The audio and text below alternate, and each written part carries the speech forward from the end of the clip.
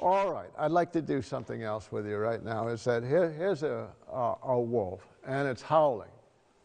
You want to see it howl? There. All right, it's howling.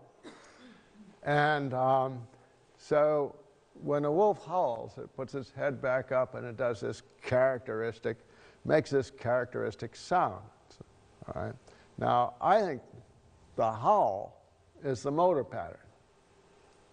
Right? So it's the sound that is the motor pattern.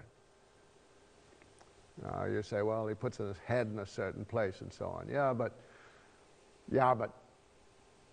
there's a sound going out there, and the sound is what? Communication? So the sound is meant to hit somebody else out there in the world. There's a sender, and out there in the world somewhere, there's a receiver. And the receiver is supposed to react appropriately to the sound. So it's the sound that makes the difference, the shape of the sound. All right, so now we could plug it into our same set of rules. And we can say, all right, let's go and measure the howl motor pattern. So first of all, we have to measure its quality. And the second thing we have to do is measure its frequency. How many times a day does it howl? When is the howl expressed? And then the sequence, where in the behavioral repertoire does the howl motor pattern appear? Now all of a sudden I got a tape measure. All right, all I have to do is go out there and describe the shape of the howl, and I have to describe, I can count the frequency, just have my little button there, I just keep 1, 2, 3, 4, and then I can the sequence, okay, the dog does this, it faces that, and a howl. This one here, this wolf howling, is a great one. And I knew just when to get it, how to get it, and so on. It's just go to Wolf Park about 1:30 in the afternoon. I'd be all set up before 1:30, and all of a sudden at 1:32, the wolf would start to howl every day.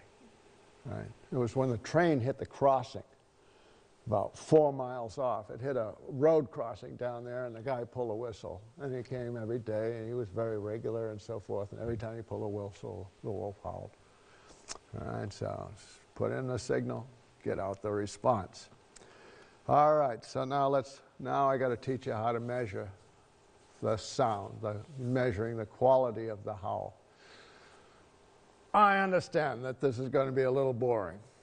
All right, so you got to go through and you have to learn a little technique. But I guarantee you that it's going to end up in one of the most interesting things you ever heard in your life. So stick with me just a little bit as I go through and describe how you measure the quality of a howl.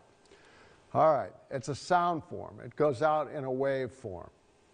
All right, so somewhere in here, I start moving molecules, and those moving molecules go out there and they bounce off other molecules and they hit your ear, and your ear goes, and your ear tells you what my voice box is doing. All right, and so it's a waveform that goes out there, and so here I've generated this waveform, beautiful, and so now I measure the tops of the waves. And that's the frequency or the pitch. If I put out more waves, then the pitch goes way up high. Maybe not as high as some of you can do. Whew, that hurt. All right, now, if I measure from the top of the wave to the bottom of the wave, that's the amplitude. That's how loud it is. Now I've increased the amplitude. The wave is going out there in big, big, big waves. All right, that's the amplitude. And then the last thing I can measure is the duration. Starts, stopped. All right, so I can measure each sound. I can measure the barks in a dog. I can measure a word. And that's what you're doing with your ear. Each time, you see I stopped, and you were all anticipating the start. And you want to know how loud it is, because you can tell something about how I feel about you by how loud it is.